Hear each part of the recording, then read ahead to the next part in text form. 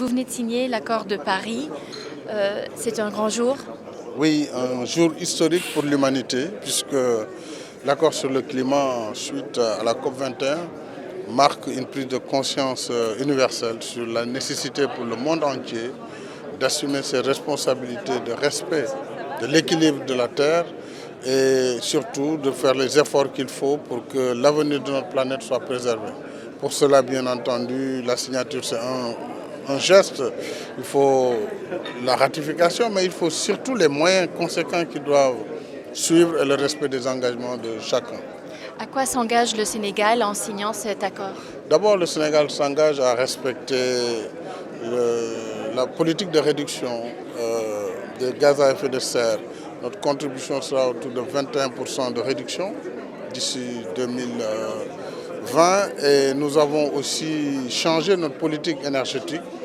Nous avions un mix qui intégrait des énergies fossiles, carbonées.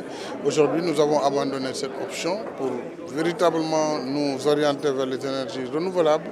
Évidemment, c'est là où nous avons besoin de la compensation pour que les énergies nouvelles soient compétitives au même titre que les autres. Et c'est là où la notion du fonds vert peut avoir un sens si c'est une compensation qui doit permettre aux pays en développement et qui sont avides en croissance et qui vont vers l'émergence d'éviter d'emprunter les mêmes schémas que les pays industrialisés.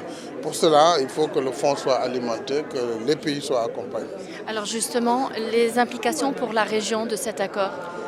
Les applications sont importantes puisque l'Afrique, comme vous le savez, faisant partie des pays les moins pollueurs, du continent le moins pollueur, à peu près 4% de pollution.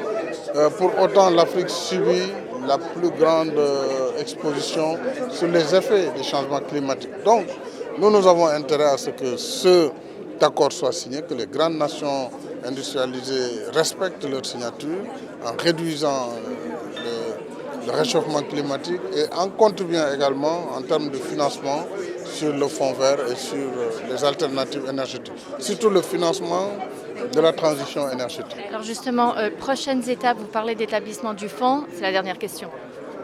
Oui, le fonds existe déjà, mais il faut qu'on change les méthodes et qu'il permette véritablement de financer la transition énergétique, de financer des projets qui doivent en tout cas rentrer dans les objectifs tout en respectant le principe du pollueur-payeur, mais aussi de la responsabilité commune et différenciée. Tout cela est bien dit, maintenant il faut passer à l'action.